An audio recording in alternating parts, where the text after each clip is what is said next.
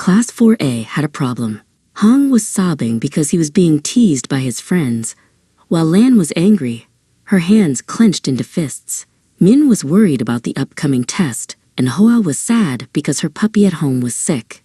Koa was confused, not knowing what to do to help his friends. Teacher Huang looked at the class and said gently, "You need to learn how to understand and manage your emotions." Teacher Huang stood in front of the board, on which she had drawn 5 faces with different expressions: happy, sad, angry, scared, and surprised. "Emotions are our natural reactions," she explained. "No emotion is bad. The important thing is that we learn to understand and handle them correctly." The children listened, beginning to realize that their feelings all had a reason. After class, Koa enthusiastically suggested, "Let's form an emotion rescue squad." To help our classmates understand their own feelings, the idea was immediately met with great enthusiasm. The group got to work.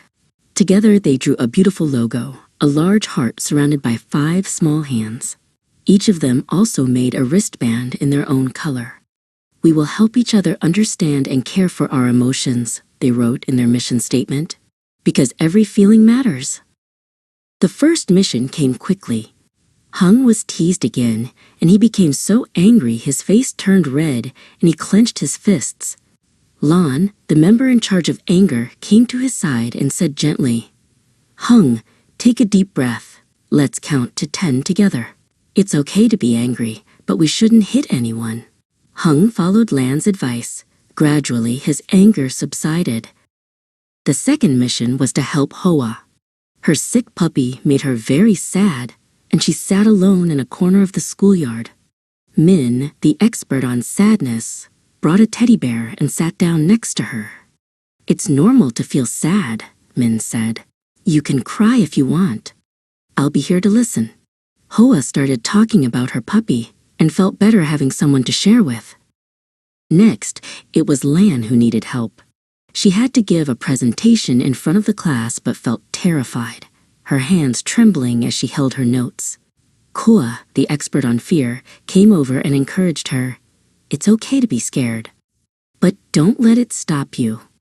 Take a deep breath and remember what you've prepared. You can do it." Encouraged by Koa, Lan felt much more confident. The Emotion Rescue Squad also created a special tool called the Emotion Map. Every morning, the students in the class would choose a magnet corresponding to their feeling and place it on the board. This way, we can know how our friends are feeling and offer support and help in time, Hung explained.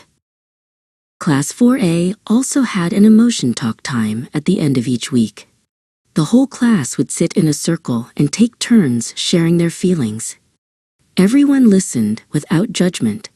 "When I share, I feel so much lighter," said Hoa. "And I don't feel lonely anymore," Hung nodded in agreement.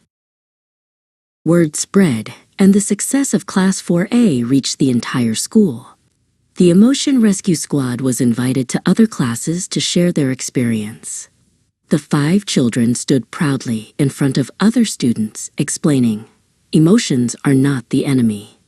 We need to learn to understand and care for them, just like we care for our bodies."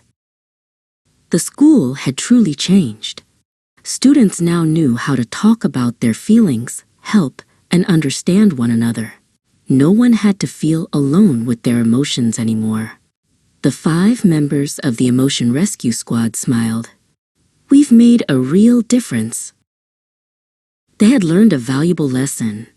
Understanding emotions not only helps oneself, but also builds a warm community where everyone is cared for and loved.